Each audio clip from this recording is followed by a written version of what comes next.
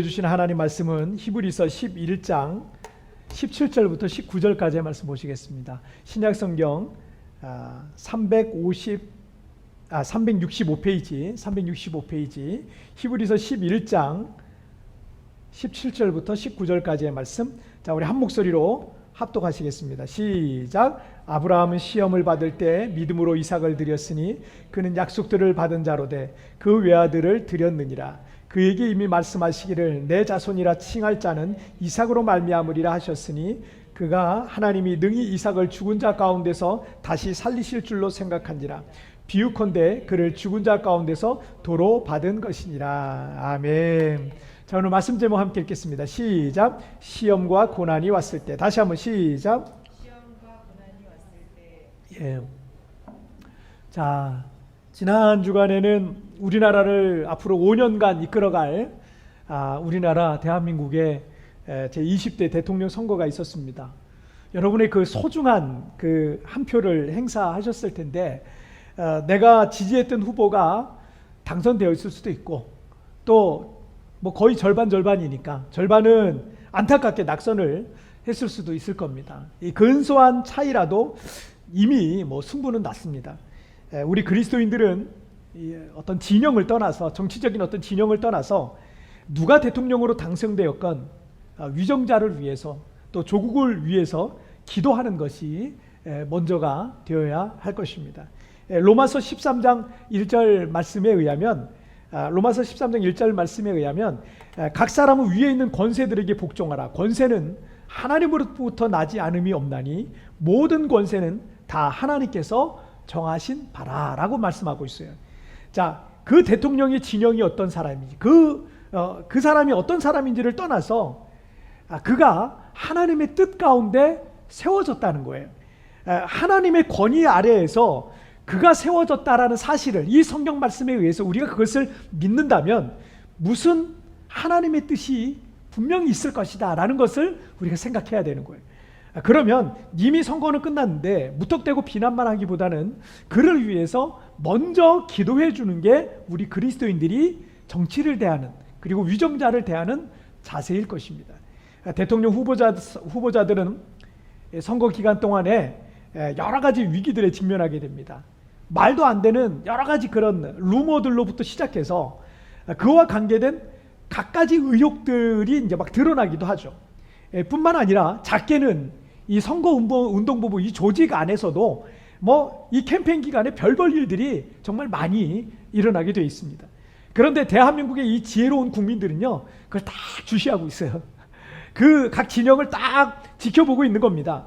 그리고 여러 위기 상황들 앞에서 과연 저 후보가 저 위기 상황을 어떻게 대처하는가, 그거를 이제 잘 보고 평가하고 있는 거예요. 이게 우리 대한민국의 지혜로운 유권자들이죠. 그의 가정의 문제도 제대로 해결하지 못하고 선거운동본부 조직조차 이끌지 못하면서 이 큰 나라를 이끈다라는 것은 어불성설이라는 것을 너무나도 우리 국민들은 잘 알고 있는 겁니다. 그래서 국민들이 그걸 선택을 하는 거죠. 자, 그래서 후보자들에게 찾아온 위기는 결국은 시험대다라고 할 수 있습니다. 시험대. 그 시험을 지혜롭게 통과하고 돌파해 나가는 사람은 유권자들의 마음을 움직일 수가 있을 겁니다. 그리고 그 시험에 합격하는 사람은 그 위기가 다음 단계로 진입할 수 있는 디딤돌을 받게 되는 그런 축복이 되는 거죠. 자, 하지만 그 시험에서 탈락하는 사람은요, 그 시험을 다시 통과하기 전까지는요, 그 다음 단계로 진입하기가 어려운 겁니다. 자, 여러분, 우리에게도 대통령 후보들이 감당해야 될 어떤 그런 무게까지는 아니더라도 크고 작은 시험과 고난이 올 때가 있습니다. 시험을 당할 때, 고난의 이 밤을 보낼 때 그 밤이 아주 길게만 느껴질 수도 있습니다. 그러나 우리는 힘들고 어렵더라도 그 시험을 통과해야만 합니다. 왜냐하면 그 시험과 고난이 우리를 믿음의 다음 단계로, 축복의 다음 단계로 이끌어 줄 것이기 때문입니다. 그렇다면 우리에게 시험과 고난이 왔을 때 우리는 어떻게 해야 될까요? 자, 우리 첫 번째 주제부터 함께 보시겠습니다. 시작. 믿음의 시험에 합격하라. 다시 한번 시작. 믿음의 시험에 합격하라. 자, 믿음의 사람 아브라함에게도 큰 시험이 있었습니다. 아브라함이 100세 때 그토록 기다리던 아들 이삭을 낳았습니다. 오랜 기다림 끝에 노년에 낳은 그 아들이 얼마나 이쁘고 사랑스럽겠습니까? 뭐 대한민국 차기 정부를 이끌 그 윤 당선인은 자녀가 없다 그래요. 자녀가 없는데, 늦게 결혼해서 자녀가 없는데 2012년에 유기견 그 보호센터로부터 유기견 한 마리, 그 톨이라고 하는 유기견 한 마리를 입양해서 키우고 있다고 합니다. 근데 한 방송에서 이런 얘기를 했어요. 우리 강아지가 아니었다면 지난 10년 가까운 세월을 어떻게 버텨왔겠나 싶을 정도입니다 라고 이런 얘기를 했어요. 강아지가 거의 자식 같다 이렇게 이런 얘기를 하더라고요. 그러니까 이 강골검사라는 어떤 별명처럼 이 당선자는요, 이 진영을 가리지 않고 막 수사를 하다 보니까 여야 정치인들로부터 온갖 공격들을 홀로 감당을 해야 했던 것 같습니다. 그런데 이 반려견 때문에 그 힘든 시간들을 버텨낼 수 있었다는 뭐 그런 얘기인 것 같습니다. 반려견도 이 정도인데요, 내 모습을 너무나도 닮아 있는 이 자녀를 볼 때 여러분 어떻겠습니까? 그것도 간절하게 기다리고 기다리다가 아브라함이 노년에 100세가 되어서 낳은 아들 이삭은 여러분 아브라함에게 어떤 존재이겠습니까? 여러분 생명과도 바꿀 수 없는 그런 세상에서 가장 귀한 그런 존재였을 겁니다. 그 아이가 환히 웃는 모습만 봐도 하루의 모든 피로가 다 씻겨가는 거예요. 그 아이를 생각만 해도 힘든 인생을 견뎌낼 이유가 있는 거예요. 너무너무 힘들어서 뭐 죽고 싶은 그런 생각이 들더라도 그 아이를 보면 내가 저 아이 위해서도 살아야지. 내가 나이가 너무 많고 이제 죽을 날이 가까우고 건강도 안 좋아. 그런데 내가 저 아이를 위해서 내가 살아야지. 뭐 이런 삶의 이유를 다시 주는 그런 아이였어요. 그런데 여러분 창세기 22장 2절 말씀 함께 읽겠습니다. 시작. 여호와께서 이르시되 내 아들 내 사랑하는 독자 이삭을 데리고 모리아 땅으로 가서 내가 내게 일러준 한 산 거기서 그를 번제로 드리라. 자, 성경학자들은 당시 이삭의 나이를 12살 정도로 이렇게 보고 있습니다. 이제는 12살 정도 됐으면 아빠랑 말도 잘 통하고, 아빠가 나이는 있지만 나이는 좀 있어서 건강이 좋진 않지만 그렇지만 그 아들이랑 놀아주기도 했을 겁니다. 신앙적인 아버지의 그 깊은 신앙의 연륜이 있으니까 신앙적인 이야기도 아이에게 들려주기도 하고, 그리고 그 아이의 꿈과 미래에 대해서도 대화를 하기도 했을 겁니다. 늙어가는 아버지는요, 이 아이는 아직 어리잖아요. 이 늙어가는 아버지는 이 아이에게 해줄 얘기가 너무 많은 거예요. 그 오랜 세월 동안 살아오면서 경험했던 그 인생의 이야기들과 경험들과 또 신앙의 이야기들, 이런 거 들려줄 얘기가 너무나 많은 겁니다. 아빠는 그 아들이 이렇게 저렇게 멋지게 성장했으면 좋겠다라는 그런 꿈을 가지면서 그 아이를 양육했어요. 그런데 이 마른 하늘의 날벼락처럼 말도 안 되고 이해할 수도 없는 그런 일이 벌어진 거예요.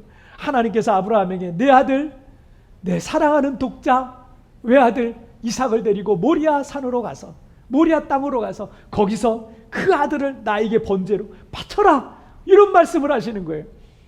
번제라는 건요, 구약시대 그 가축 있잖아요. 제물로 드려지는 그 가축과 같은 이 짐승을 죽여가지고 각을 뜹니다. 각을 떠가지고 불로 다 태워서 하나님 앞에 올려드리는 제사 방식이었어요. 아브라함 입장에서는요, 아무리 이것이 하나님의 말씀이라 할지라도 도저히 납득이 되지 않고 이해가 되지 않는 그런 명령이었던 겁니다. 자, 창세기 22장 3절 말씀을 한번 보실까요? 읽겠습니다. 시작. 아브라함이 아침에 일찍이 일어나 나귀의 안장을 지우고 두 종과 그의 아들 이삭을 데리고 번제에 쓸 나무를 쪼개어 가지고 떠나 하나님이 자기에게 일러주신 곳으로 가더니, 자, 아브라함은 다음날 아침 일찍 일어나서 아들 이삭을 데리고 번제로 바치기 위해서 모리아 산을 향해 출발하는 장면이, 어저께 말씀하셨는데 오늘 바로 출발하는 거예요. 그것도 아침 일찍. 2012년 6월에 하나님께서 저에게 너 교회를 개척하라, 필리핀의 한인교회를 개척하라, 너 광야에 내 삶을 던져라, 뭐 이렇게 막 말씀을 주셨거든요. 저 그런 말씀이 떨어졌을 때, 갑자기 저에게 떨어진 말씀은요, 준비도 하지 않았는데 아무 준비도 없었던 저에게 갑자기 그 말씀이 떨어졌을 때 저는 6개월 동안 고민이 돼요. 6개월 동안 기도하면서 또 고민하고 갈까 말까 이걸 망설이고 있었어요. 하나님의 뜻인 거는 알겠는데 불안한 요인들이 너무 많은 거예요. 두려운 마음도 제 마음을 자꾸 누르고 여러 가지 복잡한 마음이 저를 흔들어 놓기도 했습니다. 그런데 여러분, 아브라함은요, 하나님의 말씀이 떨어졌을 때 그 다음날 즉시 순종했던 거예요. 아브라함도 하나님의 명령 앞에서 밤새 고민했을지도 모릅니다. 이건 말도 안 돼. 그럴 수 없어. 어떻게 내 손으로 내 아들을 죽여서 각을 떠서 그것을 번제로. 이거는 말도 안 돼. 이거는 말도 안 돼. 온 밤을 뜬 눈으로 보낼 수밖에 없었을 겁니다. 하지만 아브라함의 마음과 생각보다 하나님의 뜻이 더 위에 있었어요. 아브라함 자신의 마음과 생각과 뜻보다 하나님의 뜻이 더 위에 있었어요. 그래서 그는 자신의 짧은 생각으로는 도저히 하나님의 뜻을 이해할 수 없었지만 하나님의 말씀에 순종하기로 했던 겁니다. 내 생각이 앞서면 순종할 수 없어요. 내 마음이 앞서면 하나님의 뜻에 우리는 복종할 수가 없는 거예요. 그러나 내 뜻과 내 생각보다 하나님의 뜻과 하나님의 계획과 하나님의 말씀이 앞서기 시작하면 내 삶에도 순종이 시작이 되는 거예요. 여러분, 우리가 알면서도 순종하는 삶이 왜 안 될까요? 알면서도 하나님 앞에 순종하는 삶이 되지 않는 이유는요, 여전히 하나님의 말씀과 하나님의 뜻보다 내 생각과 내 고집과 내 마음과 내 욕심이 앞서 있기 때문에 그런 거예요. 그래서 순종이 안 되는 거예요. 여러분, 히브리서 11장 17절 오늘 본문 말씀이죠. 함께 읽겠습니다. 시작. 아브라함은 시험을 받을 때 믿음으로 이삭을 드렸으니 그는 약속들을 받은 자로 돼 그 외아들을 드렸느니라. 자, 성경에서 우리말로 시험이라고 번역되는 그 단어들이 성경에 많이 나오는데, 이 시험이라고 번역하고 있는 이 시험에는요, 세 가지 종류가 있어요. 첫째는요, 유혹입니다. 이것은 사탄으로부터 오는 거예요. 사탄이 우리를 넘어뜨리기 위해서 우리를 유혹할 때 쓸 때 시험이라는 단어로 번역이 돼 있어요. 두 번째는요, 연단입니다. 불로 연단된 쇠가 더 강하고 깨끗해지는 것처럼, 은이 더 순수한 은이 되는 것처럼, 금이 더 순수한 금이 되는 것처럼 인생의 여러 가지 시련과 고난을 통해서 이 사람의 불순물이 빠져나가고 점점 더 순수해지는 연단, 하나님의 연단을 의미합니다. 그리고 세 번째가 오늘 본문에서 말씀하시고 있는 테스트입니다. 테스트라는 게 있는데 창세기 22장과 히브리서 11장에서 모두 하나님께서 아브라함을 시험하셨다라고 기록하고 있습니다. 여기서의 시험은요, 테스트예요. 테스트. 학생들이 학교에서 보는 시험을 뭐라 그래요? 테스트라 그래요. 그걸 테스트예요. 이 테스트를 통과해야 다음 단계 학습을 진행할 수가 있는 겁니다. 하지만 계속 낙제를 하고 그러잖아요. 그러면 다음 단계로 진급하거나 진학을 할 수가 없는 거예요. 그리고 테스트는 학생 입장에서도 자신의 실력을 테스트해 볼 수 있는, 자신의 실력을 체크해 볼 수 있는 과정이기도 합니다. 테스트가 아니면 자신이 지금 어느 정도 능력을 갖고 있는지, 어느 정도 실력을 갖고 있는지 알 수가 없기 때문에 그렇습니다. 때문에 이런 시험은, 이런 테스트는요, 무조건 통과해야 돼요. 하나님께서 아브라함을 시험하신 것은 믿음의 시험이었습니다. 아브라함이 얼마나 하나님을 사랑하는지, 아브라함의 믿음이 진짜인지, 얼마나 절대적인 믿음을 가졌는지 그 시험을 통해서 믿음을 확인시켜 주는 거예요. 이렇게 시험에 통과해야 다음 단계의 문이 열려요. 여러분 기억하세요. 내게 온 시험 통과해야 되는 거예요. 테스트다? 절대적으로 이거는 통과해야 돼요. 왜요? 그래야 다음 단계 문이 열리기 때문에 그래요. 제가 개척을 위해 준비하던 2012년 추석에 한 주간 동안 제가 여기 와가지고 여기 땅밟기를 했어요. 그러면서 이 교회 할 만한 그런 상가들을 좀 돌아봤는데 비용이 만만치 않습니다. 비용이 뭐 세부가 지금은 더 올랐는데 그때보다 뭐 몇 배가 올랐는데 비용도 만만치 않고 어디에 어떤 공간을 얻어서 개척해야 할지 참 막막했어요. 어떻게 해야 되나, 제가 낙심된 마음을 안고 다시 한국으로 돌아가게 됩니다. 이거 만만치가 않은데 이런 생각이 들었어요. 그렇게 돌아가서 기도하면서 또 제 사역을 하고 일하고 있었습니다. 그러던 차에 필리핀에 계신 선교사님 한 분이 저에게 연락을 주셨어요.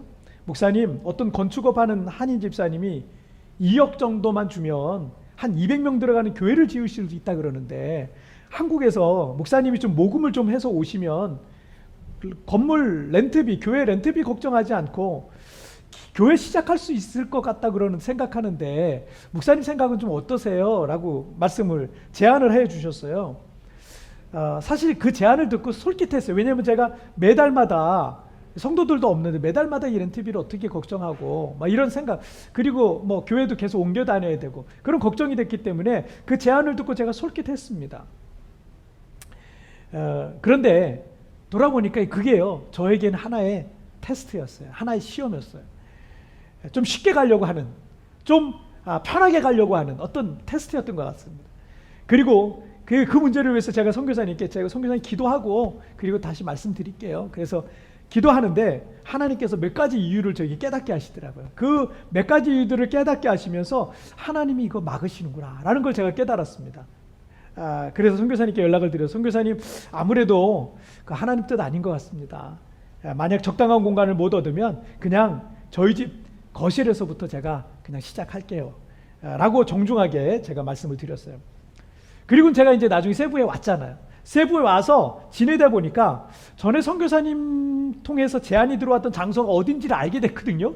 그 장소를 알게 됐는데 거긴요, 로컬 저 깊숙이 위치해가지고요, 한인들이 찾아올래야 찾아오기가 참 어려운 장소예요. 뭐 전혀 한인교회 할 위치가 아니었습니다. 한인들이 오다 가다가, 우리 성도들도 지금 오다 가다가 교회 들려서 기도하고 가는데 이 오다 가다 들릴 수 있는 그런 장소가 전혀 아니었어요. 또 나중에 알고 보니까 제가 여기 와서 좀 지나다 보니까 거기에 복잡한 그런 어떤 문제가 막 얽혀가지고 싸우고 막 뭐 굉장히 시끄러웠습니다. 그 전에 하나님께서 막으신 이유가 있었던 거예요. 그래서 세부에 와서 일단은 거실에서 예배를 드리다가 여기저기 제가 알아보던 중에 지금 이 건물을 알게 됐는데, 이 건물은 제가 다른 데 알아봤던 것보다 좀 렌트비가 조금 더 비쌌어요. 하지만 기도하는데 꼭 이 건물이면 좋겠다는 생각이 계속 제 마음에 감동이 온 거예요. 그때 몇몇 다른 사람들이, 다른 업체들이 이 자기들도 계약하고 싶다고 이렇게 제안이 접촉이 있었던 것 같습니다. 그런데 건물주도 어떤 사람에게 이 건물을 임대해 줘야 되나 이런 고민이 몇 명이 이렇게 지금 제안을 하고 있어, 오플라이를 하니까 그 고민이 좀 됐었나 봅니다. 그래서 이 건물주가 볼펜을 돌렸대요. 볼펜을 테이블에 이렇게 돌리는데 이 이름을 딱 써놓고 여기 이렇게 이름을 써놓고 볼펜을 딱 돌려서 볼펜 끝이 가리키는 그곳에 이 건물 줘야 되겠다 이렇게 생각을 했답니다. 그리고 볼펜을 스르륵 돌렸는데 그 볼펜 끝이 교회 이렇게 딱 돼 있더래요. 그래서 여러분 우리가 이 건물을 계약하게 된 거예요. 그리고 지금 10년째 이 건물을 사용하고 있는 겁니다. 세부 온 지 얼마 안 되어가지고 제가 사실은 그 당시만 해도요, 어디가 어딘지 전혀 잘 몰랐어요. 그리고서 이 건물을 얻었는데, 그런데 제가 지내면 지낼수록 한인교회를 위한 최적의 장소 조건을 갖고 있다는 것을 너무나 느끼고 있어요. 아무것도 모를 때 계약을 했거든요. 그런데 정말 한인교회를 위한 정말 최적의 장소예요. 여러분, 어떤 시험이 왔을 때 기도하면서 믿음으로 그 시험을 통과했더니 하나님께서 여러분 더 좋은 길을 여셨던 겁니다. 여러분에게 어떤 시험이 오든 믿음으로 합격하시길 바랍니다. 지금 시험이 왔잖아요. 여러분에게 복이 될 거예요. 그거 통과하세요. 합격하세요. 하나님께서는 우리를 위해 더 좋은 길을 열어주실 줄 믿습니다. 자, 우리 두 번째 주제 보실게요. 시작. 부활의 믿음으로 돌파하라. 다시 한번 시작. 하나님께서 아들 이삭을 번제로 바치라 라고 했던 이 사건은 100세를 넘게 110 몇 살을 살고 있었던 이 아브라함에게는요, 그의 인생 속에 그 어떤 시험보다도 가장 큰 시험이었습니다. 하지만 창세기 22장을 살펴봐도, 그리고 오늘 보면 히브리서 11장을 살펴봐도 아브라함은요 바로 즉시 그 다음날 바로 즉시 순종에 옮기는 것을 볼 수 있습니다. 분명 뼈를 깎는 것 같은 내적인 아픔과 번민의 시간이 있었을 텐데 성경은 그 모든 기록을 다 생략하고요, 그가 믿음으로 이삭을 바친 사건에만 초점을 맞추고 있습니다. 자, 11절 말씀 보실까요? 함께 읽겠습니다. 시작. 아브라함은 시험을 받을 때 믿음으로 이삭을 드렸으니 그는 약속들을 받은 자로 돼 그 외아들을 드렸느니라. 자, 아브라함이 시험을 받을 때 주저하지 않고 즉시 믿음으로 이삭을 바쳤다는 겁니다. 그런데 이해할 수 없는 게 하나님께서 아브라함의 아들 이삭을 통한 어떤 약속들을 주셨는데 그 아들을 바치라는 거야. 아니, 그 이삭을 통해서 뭘 할 것이다라는 어떤 약속을 주셨는데 그 아들을 바치라는 거예요. 만약에 그 아들이 없으면 하나님께서 약속하신 그 언약도 이루어질 수가 없게 되는 겁니다. 그런데 별다른 이유도 말씀하시지 않고 그 외아들 이삭을 번제로 바치라 라고 하셨던 겁니다. 그러면 어떤 약속, 이삭을 통해서 어떤 약속을 이루시겠다는 거였을까요? 18절 말씀을 쉬운 성경으로 보시면 하나님께서 그에게 내가 내게 약속한 후손은 이삭을 통해 나올 것이다 라고 말씀하셨어요. 자, 하나님께서 아브라함에게 이삭이라는 자녀가 없었던 아브라함에게 이삭이라는 아들을 주실 거라고 약속하셨지만 그것은 자녀가 없었던 아브라함에게 아들을 낳게 되리라는 1차적인 그런 약속이었습니다. 그런데 이 약속에 있었던 핵심이 뭐냐면 내가 내게 약속한 후손은 이삭을 통해 나올 것이다. 그러니까 이삭은 그림자고 이삭은 실체가 아니라는 거예요. 그 이삭 다음에 실체가 이삭을 통해서 나오게 될 것이다 라는 말씀입니다. 자, 이것을 갈라디아서 3장 16절에서 이 약속들은 아브라함과 그 자손에게 말씀하신 것인데 여럿을 가리켜 그 자손들이라 하지 아니하시고 오직 한 사람을 가리켜 내 자손이라 하셨으니 곧 그리스도다 라고 말씀하십니다. 그러니까 아브라함이 받았던 진짜 언약은요, 이삭을 통해서 장차 메시아 그리스도께서 나셔서 세상을 구원하시라는 그런 말씀이었던 겁니다. 아브라함은 그 구원의 역사를 멀리서 보고 환영하며 나그네처럼 그렇게 살았던 거죠. 자, 그래서 여러분 19절 말씀을 보시면 함께 읽겠습니다. 시작. 그가 하나님이 능히 이삭을 죽은 자 가운데서 다시 살리실 줄로 생각한지라 비유컨대 그를 죽은 자 가운데서 도로 받은 것이니라. 자, 여기서 생각한지라는 말의 성경 원어는 로기사 메노스라는 단어를 갖고 있어요. 로기사 메노스. 자, 이 단어는요, 단호한 내적인 확신과 신념을 나타내요. 변하지 않는 신념이에요. 자, 생각한지라가 이 어떤 뜻이냐고요? 정말 변하지 않는 단호한 내적인 확신이에요. 자, 그리고 비유컨대라는 말의 원어는요, 엔 파라볼레, 파라볼이랑도 되게 비슷한 영어의 파라볼이라는 단어가 여기서 왔겠죠? 엔 파라볼레라는 단어를 쓰고 있는데 유형, 상징, 또 예시를 뜻하는 말입니다. 즉 예수의 부활에 대한 예시를 암시하는 말이라는 거예요. 자, 이삭이 죽은 자 가운데서 다시 살아난다? 이게 바로 예수님이 죽은 자 가운데 3일 만에 다시 부활하신다라는 부활의 예시라는 얘기입니다. 자, 하나님께서 자식이 없던 아브라함에게 아들 이삭을 주시겠다고 했는데 하나님의 진짜 언약은 그 아들 이삭의 후손으로 예수 그리스도께서 오실 것이라는 메시아 언약을 주셨던 겁니다. 그런데 이삭이 죽으면 그 엄청난 메시아 언약은 이루어질 수가 없는 거예요. 하지만 아브라함은 자기 몸이 죽은 자와 같고 사라의 태가 죽은 것과 같았지만 그들을 다시 살리셔서 이삭을 낳게 하셨던 부활의 하나님을 믿었던 겁니다. 그래서 이삭이 번제로 바쳐서 죽더라도 아브라함은요, 죽은 자 가운데서 다시 살리실 것을 믿는 부활의 믿음이 그에게 있었던 거예요. 놀랍죠? 정말 놀라운 일이에요. 그걸 믿다니 이런 생각이 들 정도로 이 아브라함의 믿음은 놀라운 믿음이었어요. 이 부활의 믿음은요, 두려울 게 없었어요. 왜요? 죽어도 다시 살아나니까. 부활의 믿음은요, 두려울 게 없어요. 죽어도 다시 살아납니다. 실패해도 다시 일어납니다. 망해도 다시 살아납니다. 이게 부활의 믿음이에요. 가장 큰 두려움인 죽음조차도 두렵지 않은 거예요. 우리 앞에 어떤 시험이 오고 그 시험은 고난이란 이름으로 우리를 불안하게 하고 두렵게 만들 수 있습니다. 내 힘으로 도저히 해결할 수 없는 문제처럼 보일 수도 있을 겁니다. 그 시험은 너는 이제 끝났다. 너는 곧 죽는다. 너는 더 이상 소망이 없다라고 우리를 공포에 떨게 할 수도 있습니다. 그러나 부활의 믿음은요, 죽음 두렵지 않아요. 죽음의 위협 두렵지 않아요. 아브라함이 모리아 산에서 이삭을 바치려 할 때 그랬습니다. 소년 다윗이 골리앗 앞에 서 있었을 때 그랬습니다. 우리 주 예수님께서 십자가에 매달리실 때에도 두렵지 않았습니다. 부활의 믿음은요, 모든 공포조차, 죽음의 공포조차 다 돌파해 나갈 수가 있는 것입니다. 여러분, 부활의 믿음을 사모하십시오. 그 부활의 믿음이 여러분의 인생 속에 여러분을 두렵게 하고 떨리게 하고 불안하게 하게 하는 모든 시험과 시련을 돌파하게 하실 것입니다. 러시아의 이 침공에 맞서 결사항전을 하고 있는 우크라이나의 젤렌스키 대통령의 말 한마디 한마디는 지금 그 어떤 설교자의 말보다 묵직하게 세상에 감동과 울림을 주고 있습니다. 그와 우크라이나는 절대적인 강자인 러시아에 맨몸으로 맞서는 소년 다윗과 같은 그런 상황입니다. 분명 러시아가 이 전쟁을 시작했을 때는 단 며칠 만에 수도를 함락하고 우크라이나를 손쉽게 손아귀에 넣을 것이라고 예상했었습니다. 하지만 우크라이나 국민들의 저항은 만만치 않았어요. 지금 서방의 군사 전문가들은요, 이 러시아가 이 전쟁에서 얻을 게 없고 결국은 우크라이나가 승리할 것이다라는 예상을 지금 내놓고 있습니다. 며칠 전 우크라이나 젤렌스키 대통령이 영국 하원에 도움을 요청하는 화상 연설을 했었는데, 이 젤렌스키의 연설을 듣고 이 하원들이 정말 다 기립해서 박수하는 장면이 뉴스에 나왔어요.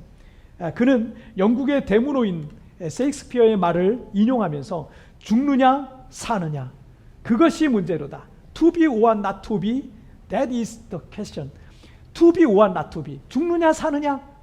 그런데 이렇게 말을 합니다. 그 말을 인용하면서 우크라이나는 분명히 자유롭게 to be, 살 것이다. 우리는 반드시 이길 것이다. 우리는 살 것이다. 자, 이렇게 말했습니다. 젤렌스키와 우크라이나 백성들은 죽음이라는 걸 조금도 두려워하지 않고 이 거인 골리앗인 러시아와 싸우고 있습니다. 죽느냐 사느냐라는 생각을 하면 두려울 수 있어요. 하지만 이 죽음의 위기를 벗어나 나는 반드시 승리할 것이고 나는 반드시 살아날 것이라는 믿음은요, 모든 두려움을 돌파해 나갈 수가 있는 것입니다. 이것이 바로 부활의 믿음인 것입니다. 여러분, 골리앗을 이긴 소년 다윗이 쓴 시편 23편 4절 말씀에 내가 사망의 음침한 골짜기로 다닐지라도 해를 두려워하지 않을 것은 주께서 나와 함께 하심이라. 주의 지팡이와 막대기가 나를 안위하시나이다 라고 말씀하고 있습니다. 지금 여러분에게 어떤 시험과 고난이 왔습니까? 사망의 음침한 골짜기를 걷고 있습니까? 그러나 여러분, 그 죽음의 그림자 때문에 두려워하지 마십시오. 생명의 주님, 부활의 주님께서 나와 여전히 함께하고 계심을 믿으시길 바랍니다. 난 이 죽음의 골짜기를 지나서 푸른 풀밭, 쉴만한 물가로 하나님의 놀라운 인도를 반드시 경험하게 될 것입니다. 자, 오늘 말씀 정리해 보겠습니다. 오늘 두 가지 말씀 나눴죠. 함께 읽겠습니다. 시작. 믿음의 시험에 합격하라. 부활의 믿음으로 돌파하라. 다시 한번 시작.